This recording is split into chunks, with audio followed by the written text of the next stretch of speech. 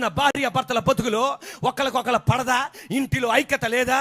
ఎందుకండి కారులో తిరగాలి, మనం బంగ్లాలో ఉండాలి, మంచి కారులో ఉండాలి, మంచి వస్త్రాలు ధరించుకోవాలి. దానికి మించి నీ ఇంట్లో శాంతి వర్ధిల్లాలి, ప్రేమ వర్ధిల్లాలి, కనికరం వర్ధిల్లాలి, కృప వర్ధిల్లాలి, ఐక్యత వర్ధిల్లాలి. యేసే అనుకున్నాడు దీన్ని స్టాప్ చేయాలి. ఆమేనండి.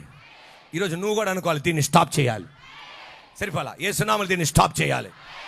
నా ఇంటిలో స్టాప్ చేయాలి, నా ఇంటిలో నటన బతుకు స్టాప్ చేయాలి, నా ఇంటిలో నటన బతుకు స్టాప్ చేయాలి.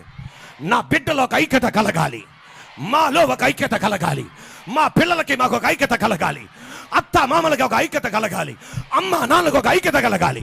నువ్వు ఒక నిర్ణయం తీసుకుంటే దేవుడు ఆపరేట్ చేయబోతున్నాడు. దాన్ని దేవుడు ఐక్యతను నీ ఇంట్లో ఉండడానికి ఆజ్ఞాపించును గాక, సమాధానాన్ని ఇంట్లో ఆజ్ఞాపించును గాక, ఆరోగ్యాన్ని ఆజ్ఞాపించును గాక, ఐశ్వర్యాన్ని ఆజ్ఞాపించును గాక.